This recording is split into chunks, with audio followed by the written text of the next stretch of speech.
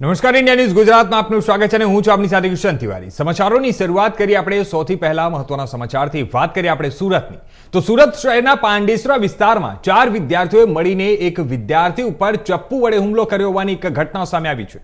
મળતી માહિતી મુજબ સ્કૂલમાં ડાન્સ કરવા બાબતે થયેલા વિવાદને પગલે આ હુમલો કરવામાં આવ્યો હતો।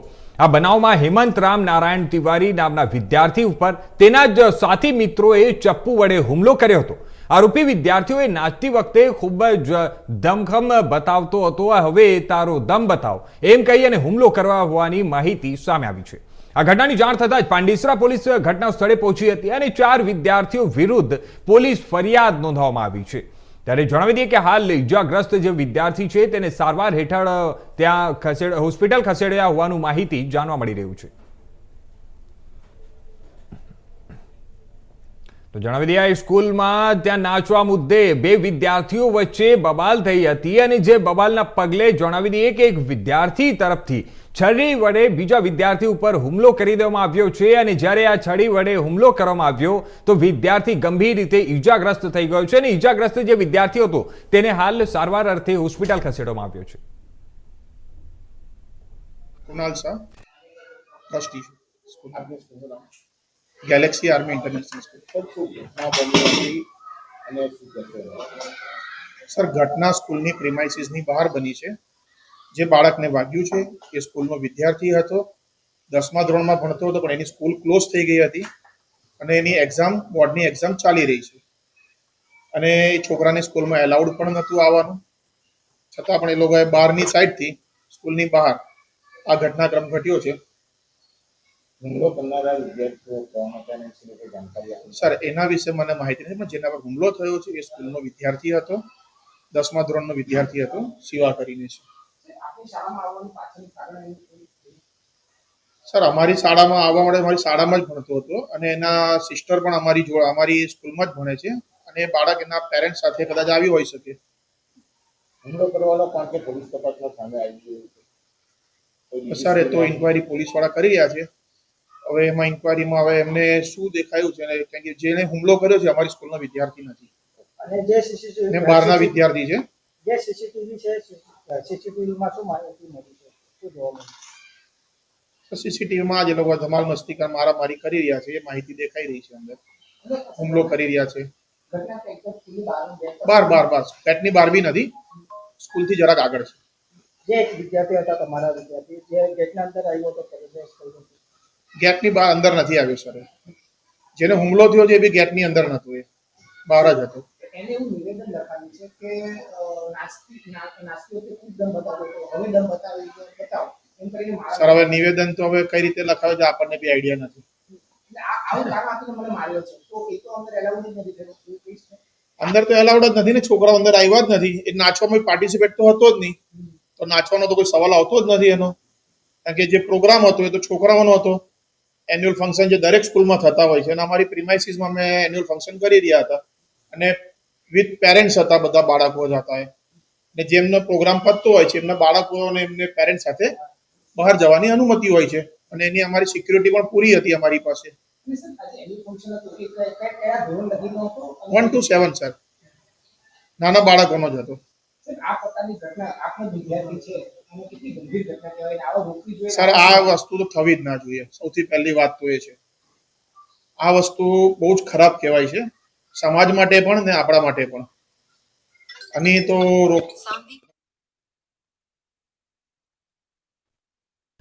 દઈએ કે આ સુરત શહેરના પાંડેસરા વિસ્તારમાં જે એક ચોંકાવનારી ઘટના સામે આવી છે તેમાં આ નજીવી બાબતે અદાવતમાં 4 સગીરોએ ધોરણ 10માં ભણતા એક વિદ્યાર્થી ઉપર શાળાના ગેટ પાસે જ ચપ્પુથી જીવલેણ હુમલો કર્યો હતો અને ભોગ બનનાર જે વિદ્યાર્થી છે તે પોતાની માતા સાથે બહેનના સ્કૂલ ફંક્શનમાં ગયો હતો અને ત્યારે આ બદલાની ભાવના રાખીને બેઠેલા અન્ય વિદ્યાર્થીઓએ તેના પર તીક્ષ્ણ હથિયાર વડે હુમલો કર્યો હતો।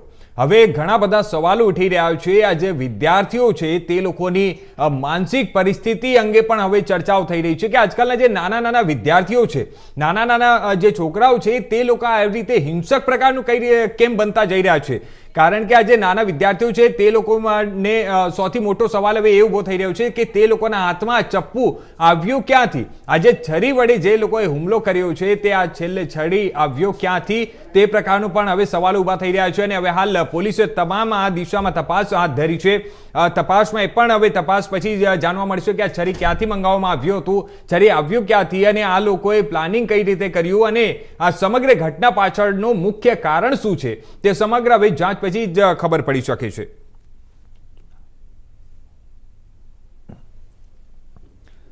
તો જણાવી દઈએ, ભોગ બનનાર જે વિદ્યાર્થી છે તે પોતાની માતા સાથે અને બહેનના સ્કૂલમાં ફંક્શન માટે ગયો હતો અને ત્યારે જ આ 4 વિદ્યાર્થીઓએ જૂની અદાવત રાખીને તેના ઉપર હુમલો કર્યો હતો અને સામાન્ય બોલાચાલીની અદાવતમાં વિદ્યાર્થીને ચપ્પુના 3 ઘા ઝીકવામાં આવ્યા હતા અને જેના પછી વિદ્યાર્થી લહુલુહાણ થઈ ગયો હતો અને જ્યારે લહુલુહાણ હાલતમાં તેને સારવાર અર્થે હોસ્પિટલ ખસેડવામાં આવ્યો છે ને હજી એ હોસ્પિટલમાં દાખલ છે, એની સારવાર ચાલી રહી છે.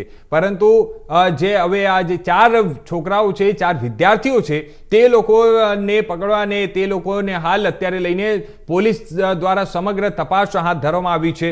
હવે આ પ્રકારની જે ઘટનાઓ થઈ રહી છે તેમાં સ્કૂલ પ્રશાસન પર પણ ગંભીર આક્ષેપો લાગી રહ્યા છે, ઘણા બધા સવાલો ઉઠી રહ્યા છે.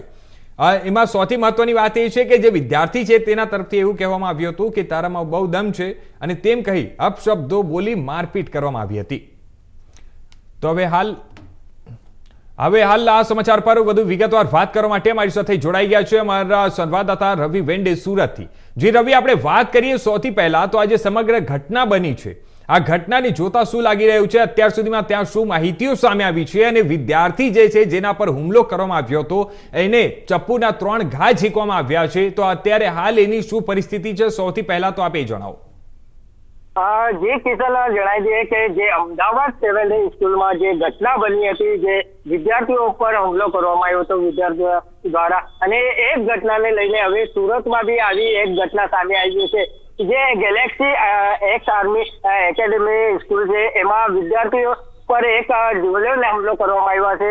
4 વિદ્યાર્થીઓ દ્વારા એમના પર હુમલો કરાયો છે. જે વિદ્યાર્થી હતો જે એન્યુઅલ ફંક્શનમાં એને બેન ત્યાં પાર્ટિસિપેટ કરી હતી એને જોવા માટે ત્યાં વિદ્યાર્થી ગયો હતો. આ જે વિદ્યાર્થી છે 10મા ધોરણનો ત્યારે બોર્ડની પરીક્ષા આપી રહ્યો હતો, જેને લઈને જ્યાં બોલાચાલીના જે સ્વરૂપ લઈને જે ચપ્પુ વડે હુમલો કરવામાં આવ્યો હતો, જેને લઈને સમગ્ર મામલામાં ચકચારી બન્યો હતો. જેના કારણે જે 4 વિદ્યાર્થીઓ છે પોલીસે અટકાયત 4 વિદ્યાર્થીઓને કરી લીધી છે.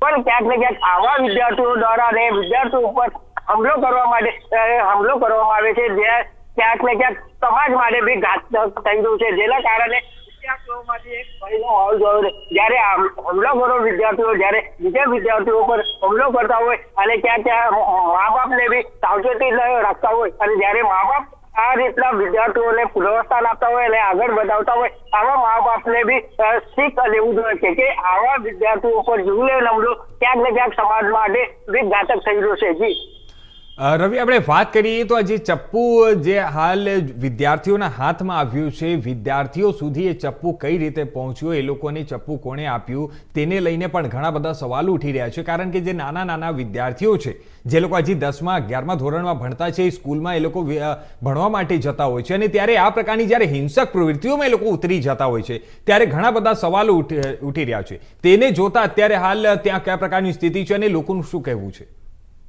લોકો એક જ માંગ કરી રહ્યા છે કે જે વિદ્યાર્થીઓ દ્વારા હુમલો કરવામાં આવ્યા છે અને જે વિદ્યાર્થી ઉપર હુમલો થયો છે એને એડમિટ કરવામાં આવ્યું છે, એને સારવાર ચાલી રહી છે અને જેને લઈને ક્યાંક ને ક્યાંક લોકોમાંથી એક રોષ જોવા મળી રહ્યું છે. જ્યારે આપણે ટ્રસ્ટીનો વાત કરવામાં આવી, ટ્રસ્ટીને કીધું કે જે હુમલો છોડી હતા એ બહારથી આવ્યા હતા, જે સ્કૂલમાં નહીં બનતા હતા, પણ જે એક વિદ્યાર્થી હતો જેને વાગ્યું છે, જેને ઈજા પહોંચી છે, એ 10મા ધોરણમાં બની રહ્યો છે અને બોર્ડની પરીક્ષા આપી રહ્યો છે. પણ ક્યાંક ને ક્યાંક આવા વિદ્યાર્થીઓ દ્વારા જે હુમલો કરવામાં આવ્યો છે એમના મા બાપને શીખ મળવું જોઈએ. આ રીતે લોકોએ માંગ કરી રહ્યા છે કે આવા વિદ્યાર્થીઓ સામે ઘાતકી હુમલા કરવા વાળા અને વિદ્યાર્થીઓ જોઈ શકે અને પોતે જ એમના હાથ પર ચાકુ આવી જાય, ક્યાંક ને ક્યાંક સમાજને બી એક મુશ્કેલીનો સામનો કરવો પડી રહ્યો છે. જ્યારે સમાજ એ વિદ્યાર્થીઓને સાહસના આપી રહ્યા છે કે આ વિદ્યાર્થીઓ તાત્કાલિક રીતે સારવાર લઈને પોતે સુરક્ષિત ઘરે આવી જાય. જી રવિ, વાત કરીએ તો આજે 4 વિદ્યાર્થીઓ છે જે લોકોએ ચપ્પુના ઘા ઝીક્યા છે અને જે લોકો પર આરોપ છે તેને લઈને અત્યાર સુધીમાં હાલ પોલીસ તરફથી શું માહિતીઓ આવી છે અને પોલીસ પ્રશાસનની જે ટીમ છે તંત્ર તરફથી અત્યારે શું કામગીરી કરવામાં આવી છે અત્યાર સુધીમાં?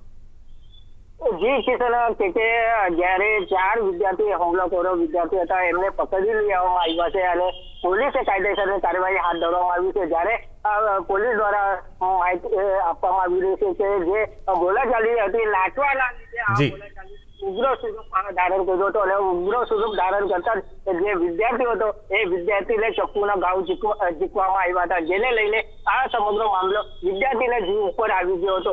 જેને લઈને પોલીસ દ્વારા જણાવવામાં આવ્યું છે કે આ 4 વિદ્યાર્થીઓ છે જે હુમલાખોરો વિદ્યાર્થીઓ છે એમની અટકાયત કરવામાં આવી છે. જી ધન્યવાદ રવિ, અમારી સાથે જોડવા માટે અને આ તમામ માહિતીઓ અમને આપવા માટે.